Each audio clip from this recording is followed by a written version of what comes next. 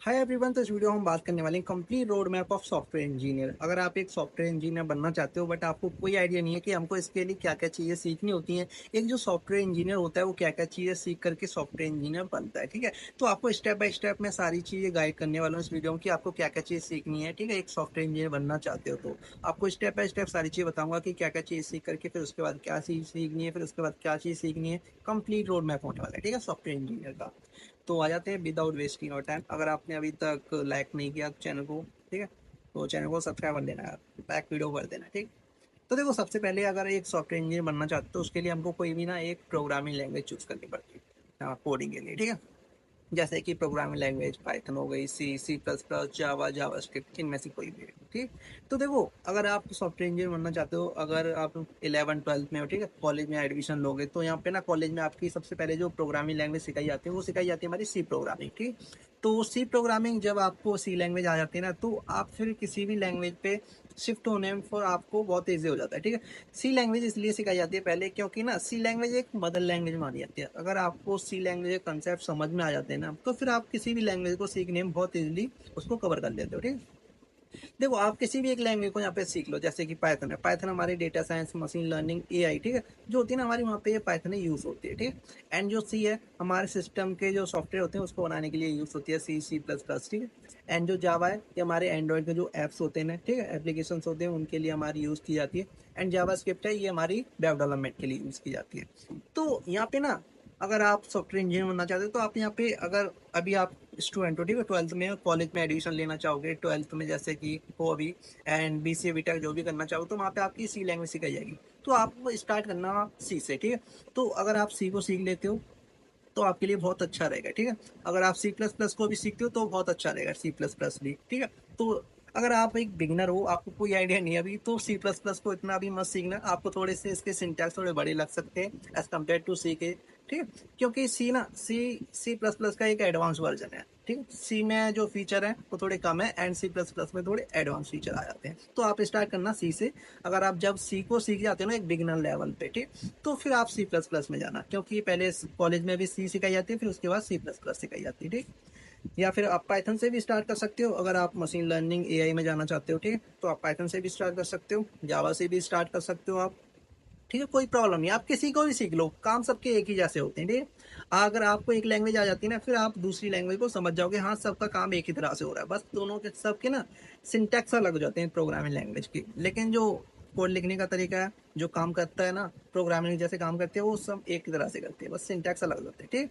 जैसे आप इनको कंप्लीट करोगे ना इस लैंग्वेज में, ठीक है, किसी को इसमें आप क्या क्या चीज़ सीख रहे हो, जैसे कि वेरिएबल्स क्या होते हैं, डेटा टाइप्स, लूप्स के बारे में, कंडीशन स्टेटमेंट पढ़ोगे, फंक्शंस पढ़ोगे, रिकर्जन, एरेज, स्ट्रिंग, ऑब्जेक्ट, ठीक है, ओरिएंटेड प्रोग्रामिंग, यहाँ पे फाइल हैंडलिंग, फाइल एररिंग, ठीक है, ये सारी चीज़ आप यहाँ पे कवर करोगे, जैसे कोई भी एक प्रोग्रामिंग लैंग्वेज ले लो, ठीक है। तो आप ही जैसे आप इनको सीख जाओ ना, इनके बेसिक आप जब एकदम अच्छे से सीख जाओ, ठीक है, तो इसके बाद आपको कुछ टूल सीखने, जैसे गिटहब हो गया, ठीक है, टर्मिनल की कुछ कमांड्स हो गई।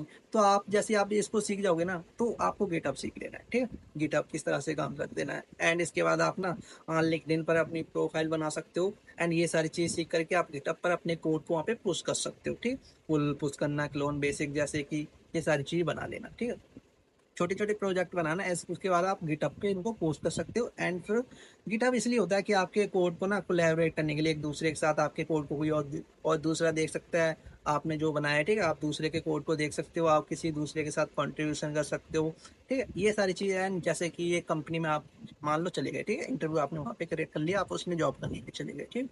तो जैसे कि ना एक प्रोजेक्ट पे ना बहुत बड़ी एक टीम काम कर रही होती है कि उस प्रोजेक्ट का कोई पार्ट कोई और बना रहा होता है, कोई पार्ट कोई और बना रहा होता है, कोई पार्ट कोई और, तो इस तरह से वो ना सारे के सारे लोग कोलैबोरेट करके एक प्रोजेक्ट को बना रहे होते हैं।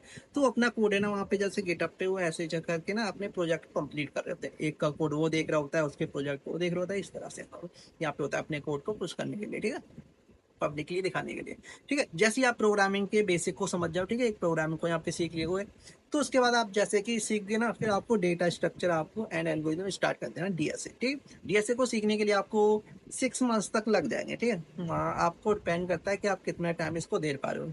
हाँ, 4 to 6 मंथ आपको इस पे देने हैं डीएसए को कंप्लीट करने के लिए, ठीक है। एंड जैसे इसमें जैसे सीखोगे ना, इसमें आप सीखोगे array, string, link list, stack, queues, hash map, trees, graph, heaps, ठीक है, हैशिंग, ये यहाँ पे आप सीख रहे होगे डेटा स्ट्रक्चर एंड एल्गोरिथम में, ये सीखना कंपलसरी होता है एक सॉफ्टवेयर इंजीनियर को, ठीक है। एंड इसके बाद आप यहाँ पे एल्गोरिदम सीख रहे होगे, जैसे कि शॉर्टिंग हो गया, searching, recursion, dynamic programming, back tracking, ठीक है, ग्रीडी, ये आप यहाँ पे एल्गोरिदम को भी यहाँ पे आप सीख रहे होगे, ठीक। इसको जैसे कि सीखने के बाद आपको क्या करना है, आपने बेसिक सीख लिए, आपने डीएसए कंप्लीट कर लिया, फिर आपको क्या करना है, आपको प्रैक्टिस करनी है, फिर आपको ना अपने क्वेश्चन है ना वो सॉल्व करने हैं कि किस तरह से प्रॉब्लम्स आती है उनको किस तरह से सॉल्व किया जाता है। तो कुछ प्लेटफॉर्म है, ठीक है, जहाँ पे कि आप इसको सीखने के बाद अपनी प्रैक्टिस कर सकते हो।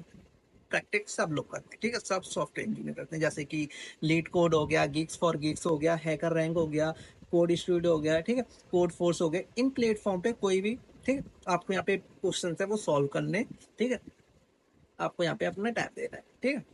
जैसे डीएसए कंप्लीट कर लो एंड फिर उसके बाद आपको ना डीएसए कंप्लीट करने के बाद आपको क्या करना है, डेवलपमेंट सीखना है, ठीक है। जैसे कि आपने डीएसए कर लिया, ठीक है, उसके बाद आपको कुछ प्रोजेक्ट भी बनाने होते हैं कि, ठीक है, कि कंपनी जब इंटरव्यू देने जाओगे तो वहाँ पे कुछ आपके प्रोजेक्ट भी होने चाहिए कि हमको ये प्रोग्रामिंग आती है एंड हमने इसके बाद ये प्रोजेक्ट भी बनाए, ठीक। तो प्रोजेक्ट बनाने के लिए आपको यहाँ पे वेब डेवलपमेंट या फिर ऐप डेवलपमेंट में से कोई भी एक चूज कर लेना अपने प्रोजेक्ट बनाने के लिए, ठीक, और जो कि सब लोग बनाते हैं, ठीक है। जैसे कि जो आपको अच्छा लगे, ऐप डेवलपमेंट में जाना है, सॉरी, ऐप डेवलपमेंट सीखना है या फिर वेब डेवलपमेंट, कोई भी एक, ठीक, चूज कर लेना, कोई भी एक चूज कर लेते हैं, ठीक। जैसे कि आपको अगर आप वेब डेवलपमेंट सीख रहे हो तो इसमें ना आपको जैसे कि HTML हो गया वो सीखना होगा, CSS, ठीक है, रिस्पॉन्सिव डिजाइन बनाना, मीडिया क्वेरीज, जावास्क्रिप्ट, डॉम, ठीक है, ES6, ठीक है, गिट एंड गिटहब आपको यहाँ पे ये सीखनी होगी। एंड इसमें ना कोई एक फ्रेमवर्क से भी सीखना होता है आपको एक फ्रंट एंड के लिए, जैसे रिएक्ट जेएस हो गया, ठीक है, ये एक बहुत पॉपुलर लाइब्रेरी है, ठीक है, फ्रंट एंड के लिए। तो ये जो चीज़ है वो यहाँ पे सीखनी होती है फ्रंट एंड में, ठीक है। इसके बाद आप जैसे आप इसको सीखो, HTML CSS जावास्क्रिप्ट रिएक्ट को जैसे सीख जाओगे, फिर आप इसके बाद अपना प्रोजेक्ट बना सकते हो छोटा सा, जैसे कि पोर्टफोलियो वेबसाइट, जहाँ पे कि आपने जितनी चीज़ें सीखनी है उसमें आप अपने स्किल्स को शोकेस कर पाओ, ठीक। एंड इसको फिर जैसे वेदर होता है, टू डू हो गया, टू डू लिस्ट होगी, ये सारी चीज़ें बना सकते हो, उसमें कुछ ऐड करना, डिलीट करना, ठीक है, अपने हिसाब से उसको कस्टमाइज करना। तो आप यहाँ पे इसको बना करके आप दिखा सकते हो एंड इसको फिर आप वहाँ पे गिटहब पे पोस्ट कर सकते हो, ठीक, शोकेस करा सकते हो एंड आपको लिंक्डइन, ठीक है, और ये गिटहब है ना, इन पे आपको एक्टिव रहना होगा, ठीक है, आपको देखते रहना, जो भी चीज़ सीखते चलोगे ना, सीखते चलना है, वो आपको अपनी जो अचीव कर रहे हो, ठीक है, वो आपको लिंक्डइन पे पोस्ट करते चलना है, ये सारी चीज़ें ना, ताकि एक जब रिक्रूटर जो इंटरव्यूअर होता है वो भी आपकी प्रोफाइल को जब देखता है ना, तो आपको लगता है कि हाँ ये इसने ये चीज़ सीखनी है, इस तरह से अपने रिकॉर्ड को मेंटेन करने के लिए, तो ताकि वो ना इंटरव्यूअर पर एक अच्छा इम्पैक्ट डालता है कि हाँ ये चीज़ है, ये अच्छा एक्टिव रह रहा है, ये सारी चीज़ें अपने सीख सीख करके यहाँ पे पोस्ट करता जा रहा है, ठीक है। उसके लिए आपको अपनी चीज़ें वहाँ पे पोस्ट करते रहने हैं लिंक्डइन पे, प्रोफाइल पर, ठीक है, अपनी चीज़ शेयर जो अच्छी अच्छी, जैसे इंस्टाग्राम पे आप शेयर करते रहते हो ना कि ये पोस्ट करी, ये पोस्ट करी, इसी तरह से आप लिंक्डइन, ठीक है, गिटहब पर भी आप जो भी चीज़ सीखते जाओ वो पोस्ट करते चलना है, ठीक। गिटहब पर नहीं, गिटहब पर ये सारी चीज़ अपने प्रोजेक्ट है वो तो आप शोकेस कराओगे, आप अपने वहाँ पे पोस्ट अपलोड करोगे, ठीक है। एंड गिटहब पर अपनी जो भी अचीवमेंट है वहाँ पे कि क्या क्या हम सीखते चल रहे हैं, वो सारी चीज़ आप वहाँ पे ना पोस्ट करते चलना है सारी चीज़। एंड इसके बाद जैसे आप फ्रंट एंड कंप्लीट कर लोगे, ठीक, वेब डेवलपमेंट में, फिर उसके बाद बैक एंड में आपको यहाँ पे जैसे चीज़ सीखनी होंगी, जैसे कि Node.js, Express.js, MongoDB, ठीक, रेस्ट API से यहाँ पे आपको सीखना होगा, ठीक। एंड इसके बाद आप यहाँ पे प्रोजेक्ट बना सकते हो, अच्छा, जैसे ब्लॉग ऐप हो गया, चैट एप्लीकेशन हो गया, रेस्ट API हो गई, ये आप यहाँ पे बना सकते हो, ठीक है। एंड इसके बाद आप मंस्ट्रक भी कर सकते हो, मंस्ट्रक भी कर लो, जैसे MongoDB हो गया, क्रूड हो गया, ऑपरेशंस हो गए, ये भी यहाँ पे सीख लो, ठीक। एंड इसके बाद ऐप डेवलपमेंट को ऑप्शनल है आपके लिए, ठीक है, ऐप डेवलपमेंट करो या फिर वेब ऐप डेवलपमेंट करो, एक ही है, ठीक है, किसी में से एक को चूज कर लेना, ठीक। एंड इसके बाद यहाँ पे आपको जो चीज़ सीखनी होगी, जैसे कंप्यूटर साइंस के कुछ कोर सब्जेक्ट भी यहाँ पे जो आपको सीखने होते हैं, जैसे कि डेटाबेस मैनेजमेंट सिस्टम हो गया, ठीक है, डेटा को किस तरह से आपको ऑनलाइन, ठीक है, वो रखना होता है, जैसे एक्सेल है, एक्सेल तो यूज़ नहीं करते, ठीक है, ये हमारा छोटा वर्जन हो जाता है, लेकिन बड़े बड़े जो डेटा होते हैं ना, बड़े बड़े डेटा, जैसे कोई कंपनी है उसका डेटा कितना होगा उस कंपनी का, उसको एक्सेल थोड़ी ना उसको सेव कर पाएगा वो सारी चीज़ें, तो उसके लिए डेटाबेस मैनेजमेंट आपको यहाँ पे सीखना होता है, किस तरह से डेटा को मैनेज करना होता है, ठीक है, यहाँ पे आपको डेटाबेस मैनेजमेंट, ठीक है, ये सीखना होता है। एंड ऑपरेटिंग सिस्टम के बारे में सीखना होता है, प्रोसेस, थ्रेड, ठीक है, मेमोरी, ये तो आप जब फर्स्ट सेमेस्टर में आओगे ना कॉलेज की, ये सारी चीज़ सीख जाओगे। एंड कंप्यूटर नेटवर्किंग के बारे में ऊप्स जैसे कंप्यूटर जो टॉपिक्स होते हैं वो सीखना पड़ेगा आपको यहाँ पे, ये सीख जाते हैं। ठीक है, जैसे ही आप इसको सीख लोगे, अगर आप ये सारी चीज़ सीख लेते हो तो आप एक सॉफ्टवेयर इंजीनियर बनने के लिए आप एलिजिबल हो जाते हो। फिर ठीक है, आपके पास डिग्री कंप्लीट करो एंड फिर इसके बाद ना ये सारी चीज़ सीखते सीखते कॉलेज में जैसे आओगे तो आपको ना एक इंटर्नशिप भी कर लेनी है। ठीक है, इंटर्नशिप ही आपका जो वर्क एक्सपीरियंस है ना, तो वही दिखाते हैं कि इंटर्नशिप आपके लिए बहुत ज़्यादा होती है। पेड कर लो या फिर आप किसी भी इंटर्नशिप को क्रैक कर सकते हो, फ्री या फिर पेड कोई से भी आप इंटर्नशिप को करना बहुत ज़्यादा अच्छा हो जाता है। ठीक है, आपके रिज्यूमे को और अच्छा बना देता है इंटर्नशिप। ठीक, तो इंटर्नशिप आपका वर्क एक्सपीरियंस जैसा होता है, जिसमें कि आपको 2 से 3 मंथ की इंटर्नशिप होती है, जिसमें कि आपको कंपनी जो इंडस्ट्री लेवल का आपको वहाँ पे तैयार कर दिया जाता है इंडस्ट्री में कि किस तरह से काम होता है। ठीक है, तो वो सारी चीज़ आप यहाँ पे सीख जाते हो। फिर अपने प्रोजेक्ट बनाने हैं। ठीक है, 3 से 4 ये प्रोजेक्ट बना लेना है। आप सर्टिफिकेशन भी कर सकते हो। ठीक है, ऑप्शनल है। अगर आप इंटर्नशिप नहीं कर रहे हो तो सर्टिफिकेशंस कर सकते हो। ये और अच्छा आपके रिज्यूमे को बनाने के लिए, आपके रिज्यूमे को और अच्छे और हैकाथॉन्स पे पार्टिसिपेट करना। ठीक है, हैकाथॉन्स में जैसे जैसे आप कॉलेज आओगे ना तो आपको नॉलेज मिलती जाएगी। हैकाथॉन्स होते हैं ना, उनमें पार्टिसिपेट करो। आपको ना जो रिज्यूमे होता है उसको और अच्छा बनाता है कि हमने ये पार्टिसिपेट किया था इस हैकाथॉन में, ये चीज़। ठीक है, प्रोजेक्ट बनाओ एंड गिटहब पर पोस्ट करो एंड लिंक्डइन पर अपने प्रोजेक्ट को दिखाओ, रिक्रूटर को मेल करो। ठीक है, कि हमें ये सारी चीज़ें अपने रिज्यूमे को और अच्छे से ऑप्टिमाइज करके अपने प्रोजेक्ट बनाओ। ठीक है, एंड अपने इंटर्न अप्लाई कर सकते हैं। फिर ठीक है, एंड जैसे कुछ प्लेटफॉर्म है जैसे कि हो गया इंटर्नसाला, हो गया लिंक्डइन, हो गया एंजल लिस्ट, हो गया एंड फ्रीलांसिंग भी आप स्टार्ट कर सकते हो जैसे फाइवर हो गया, अपवर्क हो गया, ऐसे प्लेटफॉर्म पर। ठीक है, आप यहाँ पे फ्रीलांसिंग कर सकते हो एंड आपको इसके बाद तो आपको क्या जॉब करनी है, अप्लाई करना, बस इतना ही। यही कंप्लीट रोड मैप होता है एक सॉफ्टवेयर इंजीनियर बनने के लिए।